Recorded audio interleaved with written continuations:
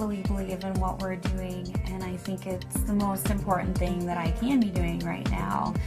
There are so many people who are sick, and if this can help them, people have to know about this.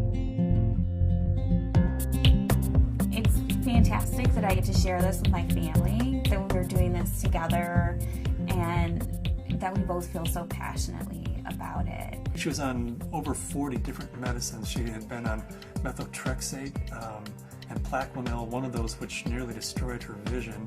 All the potent anti-inflammatories, the Vioxx and the Celebrex, and was on all sorts of painkillers and all sorts of antibiotics. She had classic steroid toxicity. Her face was the shape of a moon because there's a lot of swelling that occurs in the face. At the age of 16 was diagnosed with juvenile rheumatoid arthritis, and that evolved into a lupus condition, a diagnosis of interstitial cystitis, an autoimmune disorder.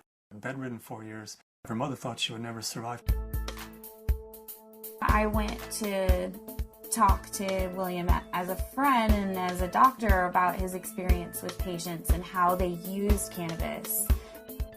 Seeing what the juicing did for me, using it in this form, was so significant. It changed my life. About 4 to 6 weeks after I started on juicing every day, I had no more back pain. I didn't need pain pills. I felt the best I ever had. A lot of people think cannabis and pot are not medicine. I had stumbled on an article in Scientific American, December 2004. They had an article on marijuana as the brain's own marijuana, and they introduced the idea that the body produces compounds that are very similar to those found in marijuana or cannabis. Cannabis actually goes upstream. It provides feedback from the postsynaptic nerve to the presynaptic nerve, which was unheard of in neurochemistry. I mean, all neurotransmissions were unidirectional, and all of a sudden, swimming against the force of that are these little cannabinoid molecules that tie the whole system together. The phytocannabinoids from this plant augment the body's attempt to restore and increase function to a normal level. So it mimics the regulatory system of cellular physiology. And recently the Food and Drug Administration has approved of CBD, which is a cannabinoid like THC, one of 80 cannabinoids. The federal patent compares vitamin C, vitamin E, and CBD, or cannabidiol. CBD turns out to be more potent than either of those two. The thing that I warn my patients of is, if you're going to be juicing this flower and this leaf, and you're going to be doing this high-dose, non-psychoactive cannabinoid dietary approach, please do not heat it. When you heat cannabis, you make it psychoactive, which for a large part of the community, the psychoactivity of a plant is a measure of its medical quality. But it's really quite the inverse. If you heat or age cannabis in any way, you're destroying some of the medicinal properties of it. To use the plant effectively, we have to use it the way it evolved over 34 million years, which is raw. Because when it's raw, the THC is bound up as THC acid. It requires aging, drying, so as a hunter-gatherer, we gather this plant and we notice, wow, as this plant ages, it changes character. It suddenly has a psychoactive effect. I think that's the most exciting area of cannabis research, is looking at non-psychoactive cannabinoids. Because if you do heat it, you'll decarboxylate the THC acid, and you're going to have 600 milligrams of THC acid with the CBD acid. You would be unconscious probably for the better part of the week. Between heating the plant, whether that's in a sucker, a cookie, a baked good, a butter, vaporized, smoked, all of those techniques convert THC acid, which is non-psychoactive, into THC and provide you with that 10 milligram dose. But if you eat the plant raw, then THC acid is the way it's found in the plant. It's not psychoactive. The juicing allows you to get up to the 500 to 600 milligrams, which is 60 times more than you could tolerate if it was heated. This treatment is not psychoactive. People don't have to be stoned when they take it. They can take it and go to work. They can take it and play with their kids. It's hard for me to understand laws against something like green leaf therapy and to think that prednisone is legal. We're still fighting the stigma of marijuana back from the 20s, 30s, 40s, 50s.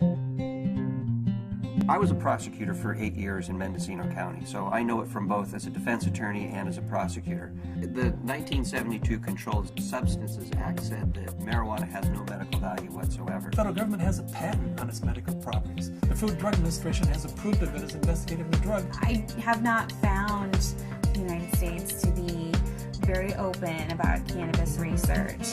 In order to print an article in a peer-reviewed journal, you have to use cannabis that they have certified for your study.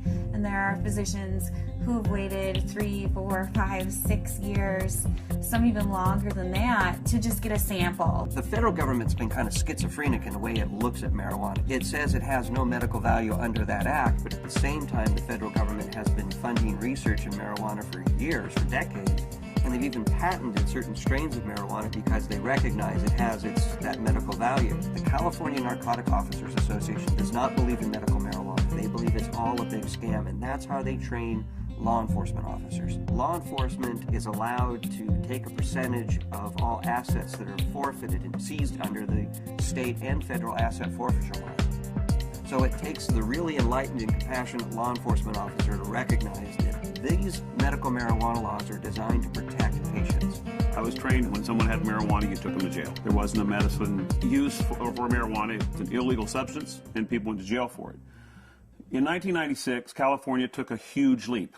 I didn't support Proposition 215 because of the education I had, the experience I had, and what I had seen through the illegal marijuana gardens that I had seen throughout my career. Since 1996, I have changed my opinion somewhat. I believe there is a very clear medicinal use for marijuana. That being said, I believe that there are a large percentage of people who use marijuana as an excuse to either make profits or for recreational.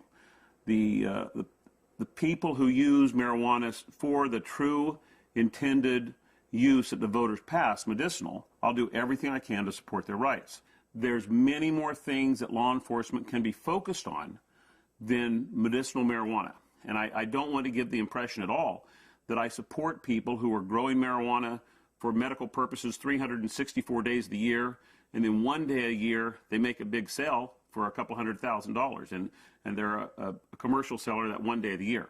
They're the people who are causing problems for the people who really and truly need and can use medical marijuana.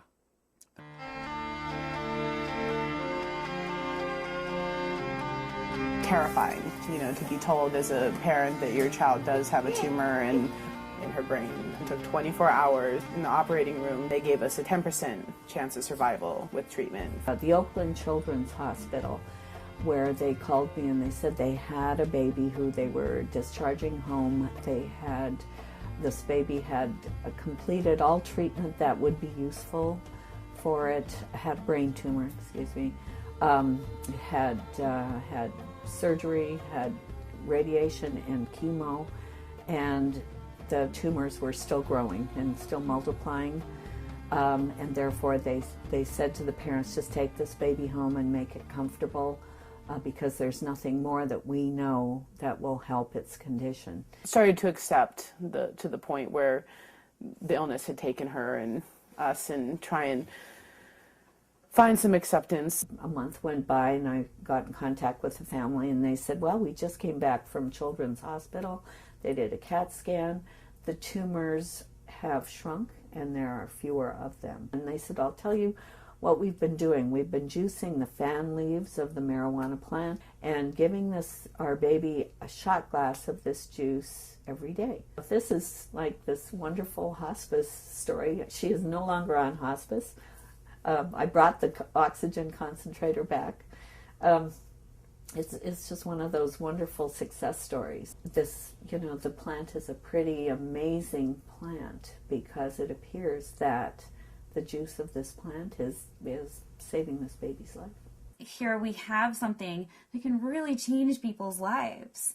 I mean, I was laying in bed, catheterized, thinking that physicians were just trying to make me comfortable. They really didn't think that there was anything more that they could do, and that I may not live to be 30, which I am now.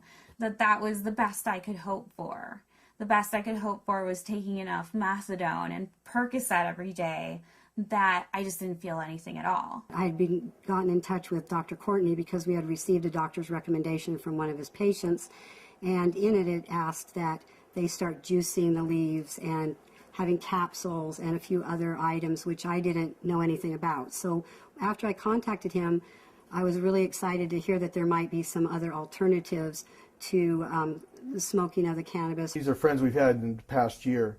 They said, your father's not the same as he was when we first met him, and he seems to be much more alive and much, doing a lot more and more active. And I had informed them that it was because of the juice that he had been taking. Right after we started juicing, that he seemed to be more active. We would do things out in the garage more, and he wouldn't spend so much time in his chair. We have ran out periodically in the last year and a half, and that's what made me convinced that he needed it, because when he would run out, he would have trouble getting out of the car.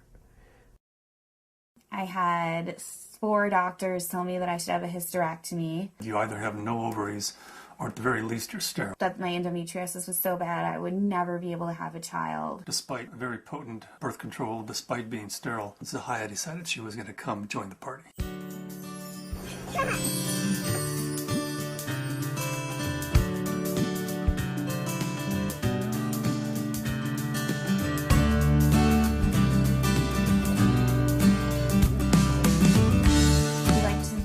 Ourselves by being extremely scientific, and people know that if they're going to come to us, they're going to have to go through a lot of hoops, but they're also going to get the most up-to-date scientific knowledge on this subject, and they're going to see a physician who's an expert in the field of non-psychoactive cannabinoids. And there are plenty of people that want that and are looking for that. We opened our 5th office in Luxembourg. Their government is really sympathetic and open. There's an international group studying autism and CBD in Luxembourg. There's a physician there who's writing cannabis scripts, who's also a senator. And we've been working with him, Senator Colombera. The government may be actually funding experiments in a research center using cannabis, in large part because of Dr. Courtney's work with non-psychoactive cannabinoids and Senator Colombera's work with cancer patients. There are now facilities for testing plants, and there's been more progress made in the last 5 to 6 months. A new strain in from Spain called Cannatonic, 6.9% CBD. That's a 700% increase over Northern Lights, which is our previous high producer. I would like to find strains that have all of the cannabinoids present in an amount that's useful. I'd like to produce strains that are adapted to environment. In Luxembourg, we're producing thousands and thousands of pounds of seed, to raise the money to give away, half a pound of seed, because if that person grows an acre of cannabis and feeds their family the proteins and the fatty acids, incredible food source, an incredible preventative medicine source, and an incredible therapeutic source. And at the same time, they're sucking 5 times as much CO2 out of the environment as an acre of trees. First, we have to change Convention Treaty Number 1, which was the convention that the UN put out in 1961 that says cannabis as a crime should be, if you have it, if you grow it, if it's in your possession, you should be in prison. That dogma has dominated the world right now. They're asking for input from the World Health Organization. I'm in the process of writing a letter stating that this is a dietary essential. It's not a criminal thing, because we have to change that treaty before we can go into Central and South America and say, you grow yourself an acre of this plant, feed your family, prevent illnesses. So Cannabis International kind of legalizing the plant globally, giving it back to people as a food source, prevent illness is so much better than waiting until you have diseases. With my own experience and all the patients that I've spoken to, I believe that it's not an isolated incident, that this is the best medication.